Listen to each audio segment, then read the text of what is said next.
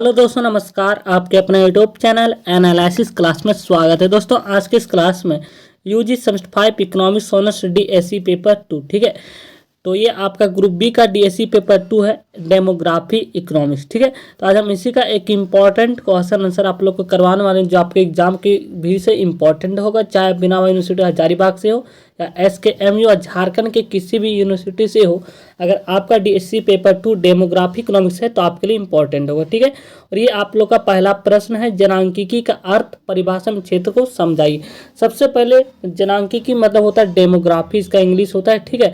तो सबसे पहले हम जानेंगे डेमोग्राफी क्या होता है, इसकी उत्पत्ति कैसे हुआ और इसकी क्या परिभाषा है और इसके क्या स्कोप यानी इसके क्या क्या क्षेत्र है।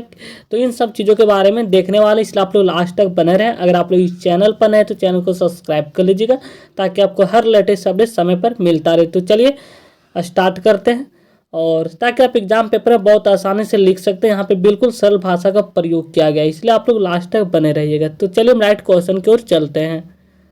तो ये रहा आप लोग का पहला प्रश्न write down meaning and definition and scope of demography. इससे हम लोग ये हुआ कि आपको जनांकिकी का अर्थ बताना है, इसकी परिभाषा बताना है, उसके क्षेत्र को समझाए। ये आपका प्रश्न डायरेक्ट 20 नंबर का पूछ लिया जाता है। तो चलिए समझते हैं। यहाँ पे बिल्कुल सरल शब्दों का प्रयोग किया है। सबसे पहले हम जानेंगे डेमोग्राफी शब्द है क्या, इसकी उत्पत्ति किस प्रकार हुई, इसके बाद इसको हम परिभाषित करेंगे वैज्ञानिक ढंग से, ठीक है। तो चलिए स्टार्ट करते हैं। तो डेमोग्राफी शब्द जो है, जिसका हिंदी में अर्थ होता है जनांकिकी होता है, ठीक है। सिंपल सा लैंग्वेज यहाँ पे, जिसकी उत्पत्ति जो है ग्रीक भाषा से हुई, यानी कि डेमोग्राफी शब्द जिसका हिंदी होता है जनांकिकी, ठीक है। और इसकी जो उत्पत्ति हुई है ग्रीक भाषा से हुई है। तो डेमोग्राफी ग्रीक भाषा के दो शब्दों से मिलकर बना है, ठीक है।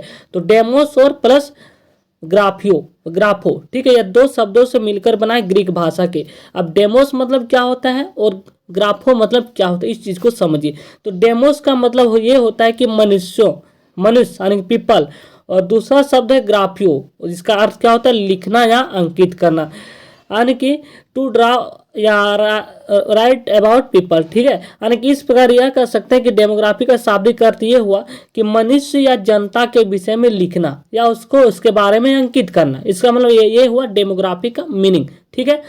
अब यहाँ पे बहुत सारे शास्त्रों ने अपने अपने ढंग से परिभाषित किए हैं, जिनमें से जैसे पहला है आसिले गुइलाई, ठीक है। आसिले गुइलाई यहाँ एक इकोनॉमिस्ट है, जिन्होंने संक्षेप में कहा है कि यह वह विज्ञान है जो मनुष्यों की संख्या के विषय में अध्ययन करता है, यानी कि it is the science which studies the number of people. यानी कि आसिले गुलाई के अनुसार मानना है कि यह एक विज्ञान है जो मनुष्यों की संख्या के विषय में अध्ययन करता है, ठीक है। यहाँ तक कोई दिक्कत नहीं। अब यहाँ पे हम देखेंगे जनांकिकी शब्द का मीनिंग, ठीक है। यानी कि डेमोग्राफी जनांकिकी शब्द का सर्वप्रथम प्रयोग जो है फ्रांस से विद्वान, आपसे प्रश्न ऑब्जेक्टिव प्रश्न पूछा जा सकता है कि डेमोग्राफी शब्द का प्रयोग किसने किया था। सबसे पहले तो आसिले गुइलाई द्वारा, कब 1855 ईस्वी में अपनी पुस्तक में एलिमेंट डेस्टिक्यू ह्यूमन डेमोग्राफिक कंपेयर में किया था। ये पुस्तक का नाम है, ठीक है। आसिले गुइलाई का एक पुस्तक का नाम है, ठीक है। पुस्तक का नाम ही पूछा जा सकता है, इसलिए आप लोग ध्यान में रखेंगे, ठीक है। लेकिन एक विशिष्ट और स्वतंत्र विज्ञान क्रम में इसकी नींव जो है इंग्लैंड के विद्वान जॉन ग्रांट, ठीक है, द्वारा 1662 में रखी जा चुकी थी। इससे पहले एक इकोनॉमिस्ट थे इंग्लैंड के महान विद्वान, कौन थे, जॉन ग्रांट, ठीक है, जो 1662 में ईस्वी में है इसकी नींव रख दी थी। यानी कि इससे पहले आसिले गुइलाई से पहले ही एक इकोनॉमिस्ट इंग्लैंड के विद्वान व जॉन ग्रांट, जो 1662 ईस्वी में इसके बारे में नींव रखी जा चुकी थी। तो जॉन ग्रांट ने 1662 ईस्वी में अपनी महत्वपूर्ण कृति के द्वारा, उस पुस्तक का नाम क्या था, natural and political observation made upon mortality था, ठीक है। उस पुस्तक का नाम ये था। इसी में उन्होंने 1662 ईस्वी में ही इसकी नींव रख दी थी। डेमोग्राफी के बारे में यहाँ पे स्पष्ट कर दिया था, किसने, जॉन ग्रांट। इससे पहले जो है, ठीक है, जॉन ग्रांट, इसे आप लोग ध्यान में रखेंगे।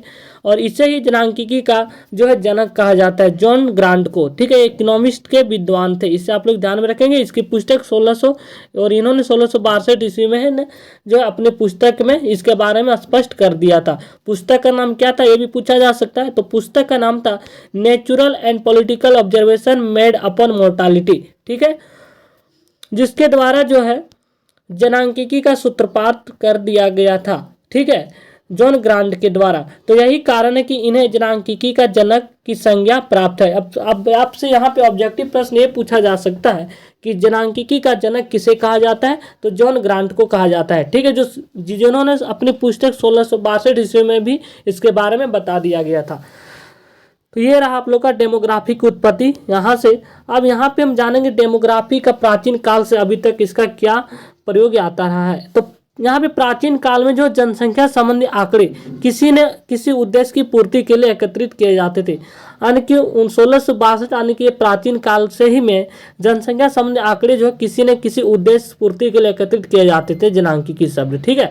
इसका क्षेत्र काफी सीमित था। उस समय जनांकिकी का क्षेत्र जो था वो जनांकिकी का संबंधित है जनसंख्या थे और इसका क्षेत्र काफी सीमित था।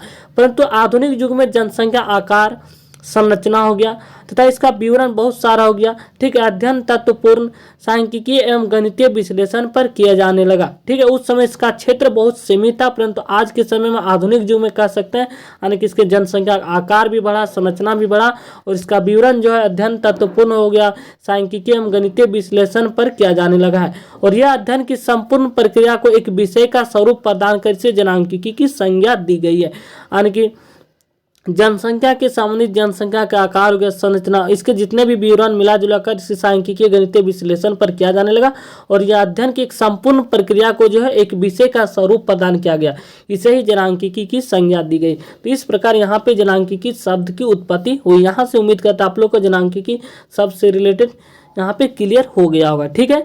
या दो शब्दों से मिलकर बना डेमोस प्लस ग्राफो, ठीक है। डेमोस मतलब क्या हमने बताया कि डेमोस मतलब ये होता है कि मनुष्य, और इसका दूसरा शब्द है ग्राफो जिसका अर्थ क्या होता है लिखना, तो यानी कि मनुष्यों के बारे में अध्ययन करना, ठीक है। इस प्रकार इसका शाब्दिक अर्थ क्या बताया कि मनुष्य जनता के विषय में लिखना या अंकित करना, जिसका शाब्दिक अर्थ एक इकोनॉमिस्ट आसिले गुलाई ने यहाँ वर्णन किया, जो मनुष्यों की संख्या के विषय में अध्ययन करता है उसी को जो है जनांकिकी कहा जाता है, ठीक है। क्लियर रहा? तो चलिए आगे देखते हैं। अब आगे यहाँ पे पॉइंट है, ठीक है। तो अगर हम डेमोग्राफी की परिभाषा की बात करें, अब यहाँ पे बहुत से इकोनॉमिस्ट ने, बहुत से विद्वान ने अपने अपने ढंग से परिभाषित करने का प्रयास किया है, ठीक है, और सब अपने अपने अलग अलग ढंग से प्रयास किया है। तो उन सारे डिफिनेशन को अब देखते हैं, क्योंकि आपको अब यहाँ पे डिफिनेशन लिखना है। हमने यहाँ पे डेमोग्राफी का अर्थ आप लोग को बता दिए, ठीक है। अब इसका डेमोग्राफी का परिभाषा लिखना है। तो डेमोग्राफी की परिभाषा की बात करें तो हम देखते हैं कि जो है प्रत्येक ने अलग अलग परिभाषाएं दी है, अर्थात समाजशास्त्री ने भी अपने अलग ढंग से दिया, अर्थशास्त्री की ओर से अपने अलग ढंग से दिया।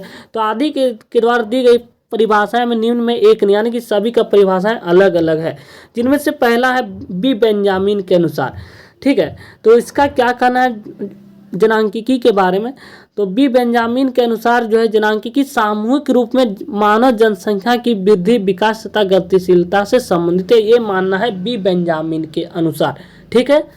दूसरा इकोनॉमिस्ट है यहाँ पे हाउजर एम डंकन के अनुसार, ठीक है। अब इसके अनुसार क्या है कि जनांकिकी की जनसंख्या के आकार, क्षेत्रीय विवरण, गठन, अनेक परिवर्तन और इन परिवर्तनों के घटक जो कि जन्म हो, मृत्यु हो, क्षेत्रीय गमन हो या सामूहिक गतिशीलता के रूप में जाने जाते हैं का अध्ययन करता है, ये मानता है हाउजर एम डंकन के अनुसार, ठीक है। तीसरा यहाँ पे इकोनॉमिस्ट है आर.सी. व्हिपल, ठीक है। यहाँ पे आर.सी. व्हिपल WHIPPLE, ठीक है, इकोनॉमिस्ट है। इसके अनुसार क्या कहना है कि जनांकिकी वह विज्ञान है जो सांख्यिकीय पद्धति द्वारा, ठीक है, मानवीय पीढ़ी हो गया उसके विकास और गतिशीलता से संबंधित अध्ययन है, ठीक है। इसके अनुसार ये मानना था। तो इस प्रकार यहाँ पे बहुत से अर्थशास्त्रियों ने अपने अपने ढंग से परिभाषित किया, जिनमें हमने यहाँ पे 3 अर्थशास्त्रियों के बारे में बताया, बी बेंजामिन के अनुसार, हाउजर डंकन के अनुसार और तीसरा सा आर.सी. व्हिपल के अनुसार।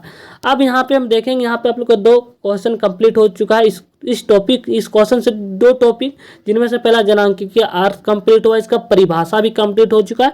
अब यहाँ पे हम देखेंगे इसका क्षेत्रांक किया, किन किन क्षेत्रों तक इसका फैला हुआ है। तो जनांकिकी अध्ययन का एक क्षेत्र एवं विषय सामग्री, ठीक है, या कौन कौन विषय में सामग्री में है। तो वर्तमान समय में डेमोग्राफी विज्ञान की व्यापकता एवं उपदेश के आधार पर इस शास्त्र की विशेष सामग्री को विद्वानों ने निम्नलिखित 5 भागों में बांटा जा सकता है। विद्वानों ने इसे 5 भागों में बांटा है, जिनमें से पहला है जनसंख्या का आधार। इसका क्षेत्र है, पहला है जनसंख्या का आधार। ठीक है, अब इसको जानेंगे जनसंख्या का आधार क्या है, इसके बारे में एक्सप्लेन करना होगा। तो किसी समय किसी स्थान विशेष में, ठीक है, किसी समय किसी स्थान विशेष में, ठीक है, एक निर्धारित स्थल पर रहने वाली जन समुदाय की संपूर्ण संख्या को उस स्थान विशेष की जनसंख्या का आकार कहा जाता है। यानी कि एक निश्चित स्थान होनी चाहिए, ठीक, और एक विशेष स्थान जहाँ पर उन समुदाय की संपूर्ण संख्या को उस स्थान विशेष की जनसंख्या का आकार कहा जाता है। ठीक है, तो देखने में तो लगता है कि जनसंख्या का आकार ज्ञान करना सहज कार्य है। इसे व्यक्तियों की संख्या की गणना करके जो है जाना जा सकता है। ठीक है, परंतु वास्तव में यह एक जटिल प्रक्रिया है। ठीक है, इसे व्यक्तियों की संख्या की गणना करके जाना जा सकता है, परंतु यह वास्तव में एक जटिल प्रक्रिया है। ठीक है, इसी क्षेत्र की जनसंख्या का आकार जानने के लिए पहले क्या होगा, स्थान, समय तथा व्यक्ति को स्पष्ट रूप से जो है परिभाषित किया जाता है। इसके बाद जो है कॉजेज, रजिस्ट्रेशन अथवा सैंपल के आधार पर पूरी जनसंख्या का आकलन किया जाता है।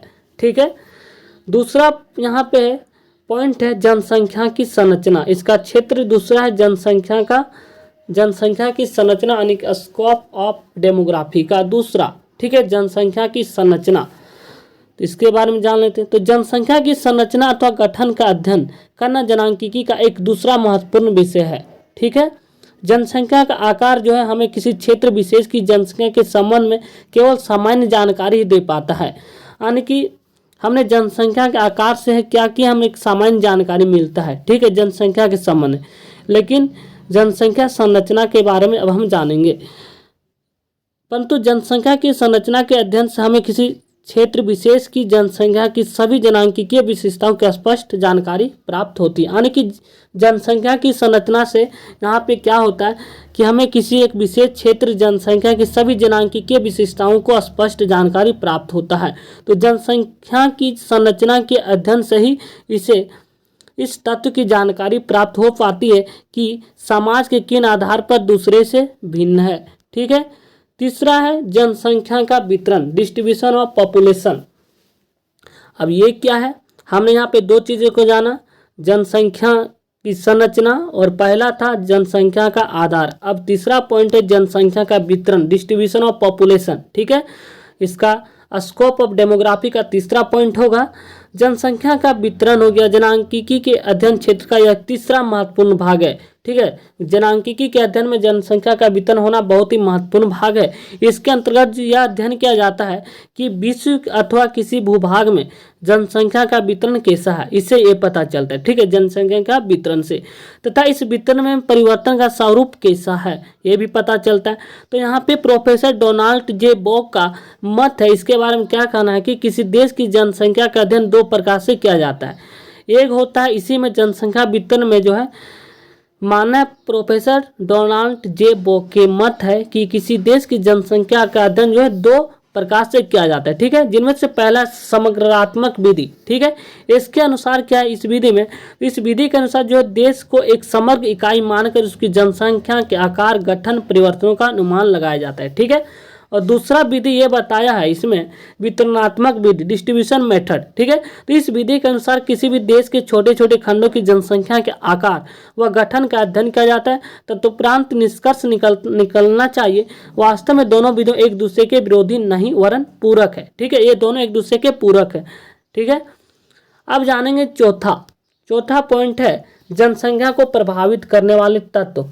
ठीक है, तो यहाँ पे अनेक तत्वों, यहाँ पे कनेक्ट नहीं होगा, यहाँ पे अनेक होगा। ठीक है, यहाँ पे टाइपिंग मिस्टेक है, तो यहाँ पे अनेक तत्वों से प्रभावित जनसंख्या में निरंतर परिवर्तन होता रहता है। ठीक है, इन परिवर्तनों के आधार पर जनसंख्या का भावी अनुमान लगाना जनांकिकी के अध्ययन क्षेत्र का एक महत्वपूर्ण हिस्सा होता है।